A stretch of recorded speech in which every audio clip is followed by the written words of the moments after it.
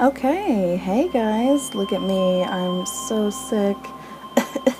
Oh, I got my ass kicked. Oh, ow, it hurts so bad. This is my Halloween tutorial on how you can do a quick and easy, really just simple kind of like bruise makeup for an on-the-fly thing, not using any extra special, what do you call it? No SFX makeup and stuff you have at home. So, you know, if you're going to a party last minute, if you don't want to spend any money on anything else, I got you, girl.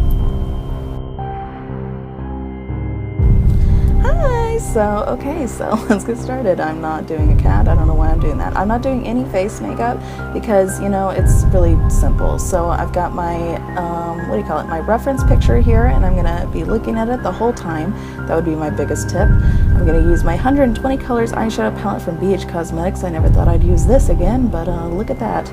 The bottom level is what we want here. This is the rainbow. I'm going to first take the yellow because that is the basis of the bruise, and so you're going to want to put that basically everywhere, but you kind of just really have to look at your reference photo and kind of determine from that. And here I am determining which eye of mine, because one of my eyes is hooded, and so I decided that the hooded eye looked more swollen to me theoretically.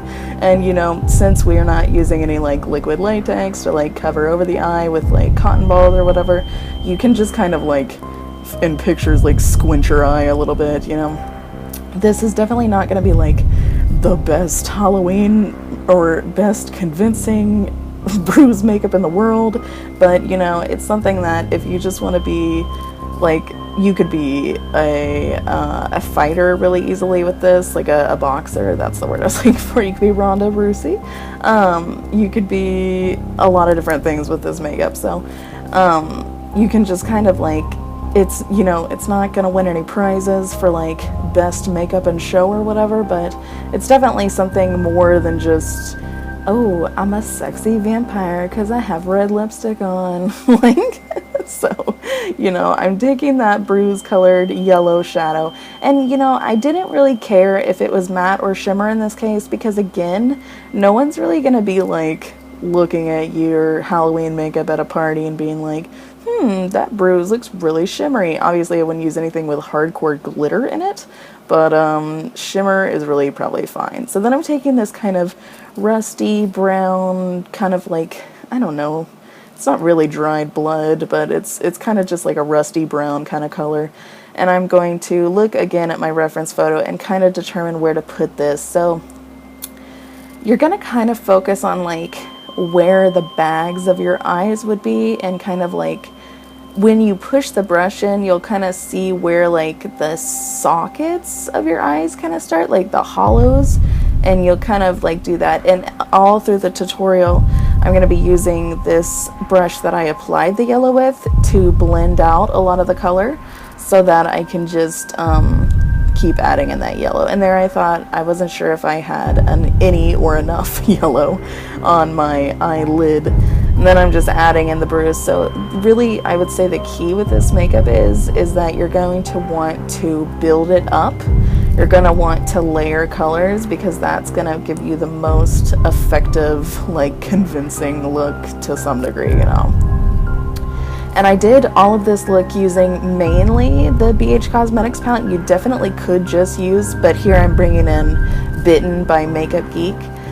You definitely could just use the BH Cosmetics palette. I have done that before, but I did end up bringing in a couple of other shadows just because they were matte. Like, matte is definitely preferable, but it's not gonna like make or break your makeup if it's not matte. So again, I'm just kind of following the folds of my eye, under my eye there, and taking Bitten, which is this really dark red. I would say the main components, the main color palette of the bruise is like the yellow, and then kind of like a rusty brown, a dark red, a lighter red to go more towards your eye to show more irritation, and then a deep purple. So I did end up pulling in some other shadows. I know I pulled in I think the only one other than the Makeup Geek that I ended up pulling in are from the Kat Von D Metal Mattes palette, just because those mattes are great, and I was like, oh, I have that. But, you know, if you have, like so many of us have different eyeshadows now, I know the Urban Decay Smoky palette has a matte purple in it, a deep matte purple. And so yeah, so here I'm taking a brighter red, a much brighter red, and I'm putting it in my eyeball area with a little pointed brush. The brighter red is perfect because later on I will use some liquid lipsticks to give a blood effect, since I didn't want to buy or make fake blood. And you obviously probably shouldn't be putting liquid lipsticks in your waterline, so it's best to probably just use red shadow here. But, you know, you take your own risks. So you can see that the convincingness is kind of getting up there more, I think, because you're adding more and more dimension. Really, that's the key here. So here's where I brought in Ribbon from the Kat Von D Metal Mattes palette as a dark purple that was matte to really amp up the bruise factor. And the purple it's definitely important. It's probably the most important color, but you have to, you want to use it semi-sparingly. You want to make sure that you can still see the yellow, you can still see the brown, you can still see the red. You don't want to like overwhelm it with purple, because purple is where you're like severely bruised the most. And you will, obviously, I'm not going to claim to sit here and be a doctor with anatomy lessons, but you're not going to be purple all around the eye like you see in cartoons, you know, like it's a black eye, but it's really mainly yellow, red, and purple. But, you know, it's like really this makeup, the good thing about this makeup is that you can just be pretty messy with it to some degree, and it's pretty easy to fix. So here I'm taking Velvet again from the Metal Mattes palette, and I am going to deepen up a little bit of the red area. I'm a little bit out of frame there, that would be my bad. I'm blending a little bit, making sure it doesn't look too overwhelming. There, I put that there and I was like, oh shit, blend out.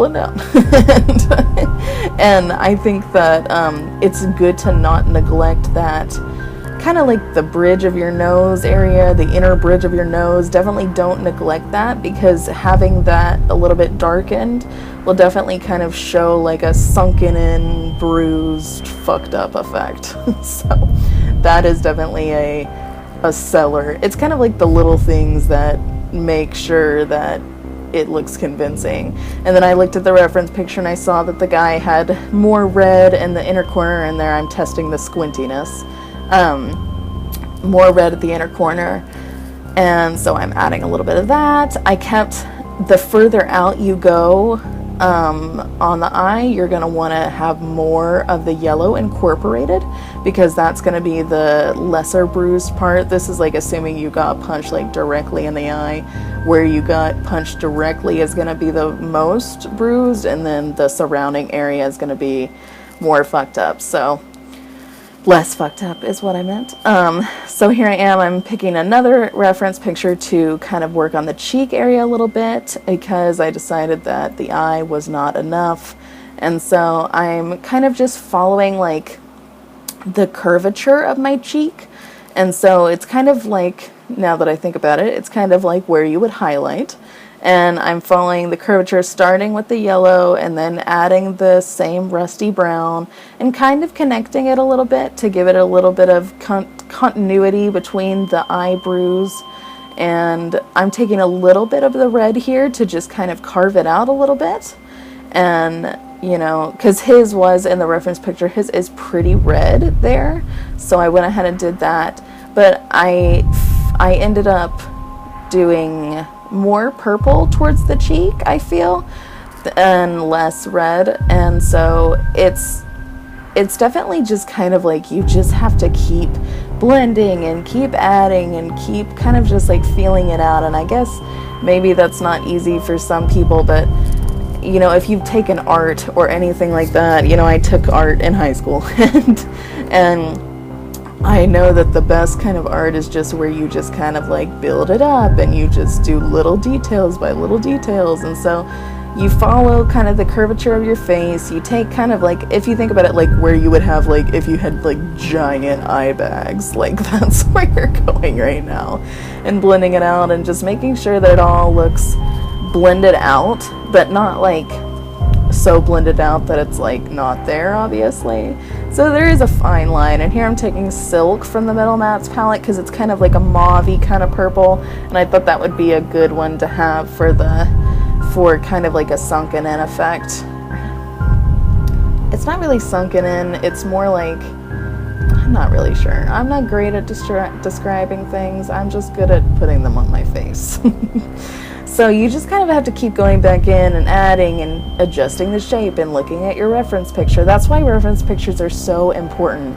I use my Kindle to look at a reference picture the whole time, and it's really great because, you know, if you have a reference picture, you're going to do so much better. If you're in an art class and you've ever had to draw like a self-portrait, you know that you sit there with a mirror the whole time and you're looking at the mirror and you're looking at the page and you're looking at the mirror and page.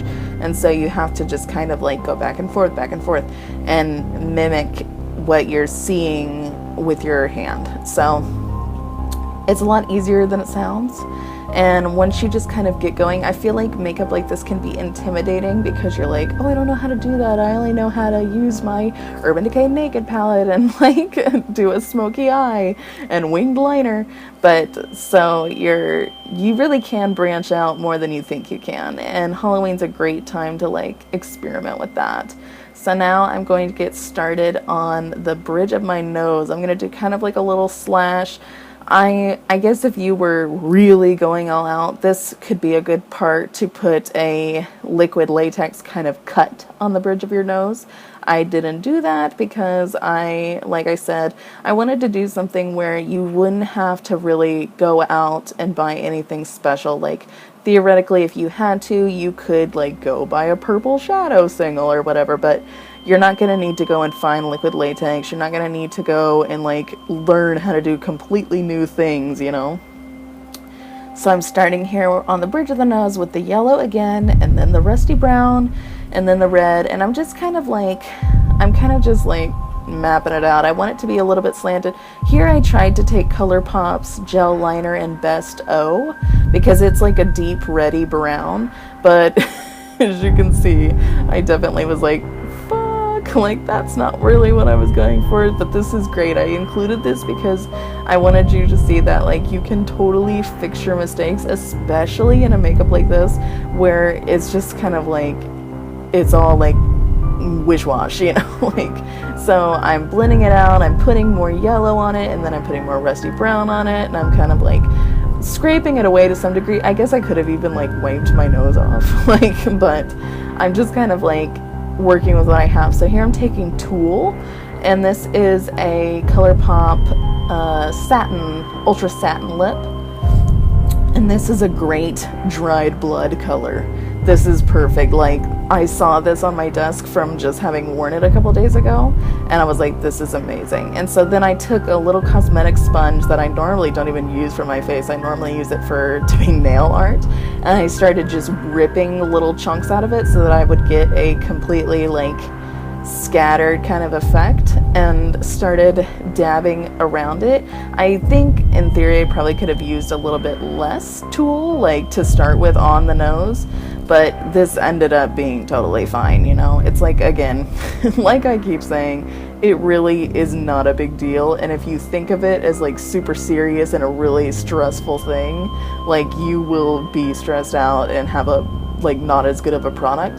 But if you're just like, oh, like it's whatever, like let's just make it work, like, so see, I'm putting more yellow around the edges to make it look less like red all over the place, and I carried that Tulle, the little bit of that Tulle up around the eye with the sponge, and I don't know what I'm doing here. I'm looking around, I'm just kind of blending it out. I'm taking I think that might be a little bit of the purple, a little bit of ribbon from the Metal Mattes, and kind of expanding it a little bit on the other side of my nose. I probably should have taken a little bit of yellow, and then maybe a little bit more purple, but you know, hindsight is 2020. So then I'm taking, I don't know the name of this, but it is by LA Girl, and it is one of their Velvet Matte liquid lipsticks. I will write it down below. I will find it out and write it down below for you. And I am out of frame, but I am just kind of like, I am again taking a different sponge, a different cosmetic sponge that's been ripped up, and messing with it and just kind of blotting it around. I'm putting some of it up my nose, which is a great feeling. And I put some of it on the back of my hand to work off of. And so, you know, something like this, the way that matte lipsticks dry is like so perfect, because they dry like kind of like dried blood a little bit if you put them on your actual skin. So it's really great. So then I'm taking some tulle and putting it on the corner of my mouth. I don't know, like looking back at this, I'm like, would you get punched in the corner of the mouth? I guess you would if you got punched like in the jaw. I don't know. And this, at this point, it's like when you have the basics laid down, yes, you kind of just go back in and fine tune it. Like here, I'm adding more yellow all around that little mouth bruise, and I've done the nose blood, and I'm adding a little bit more at the corner, and I'm taking my sponge and I'm blending it out just the tiniest bit. And then I'm taking, okay, here I'm taking Bone from the Middle Mattes palette, and I am just gonna accentuate a little bit there, that whiteness, so that it kind of looks puffy. And if I had been thinking, I wish that I had taken a little bit of like maybe Vaseline or something to make it look shiny, because a bruise does get shiny. But so you could totally do that. I believe Vaseline is eye safe. I maybe wouldn't put it like directly in your eye, but so yeah, that is the finished look. I wanted to do this just because, you know, you don't have to have special makeup to do Halloween stuff, and you don't have to be just a ladybug or like a vampire or a cat for Halloween just because you don't have special effects makeup. So it can be done. It's an easy makeup to do. You know, you can really go, I'm blending it out a little here. You can really go a lot of different ways with this, and you can just kind of take it. You could do it on your body. You could do you could totally do like a choking thing, like the imprint of a hand. So yeah, I hope you guys enjoyed this. Comment down below. Let me know what you're going to be for Halloween. I'm dying to know. I love Halloween. It's one of my favorite holidays, and I will see you guys later. Bye.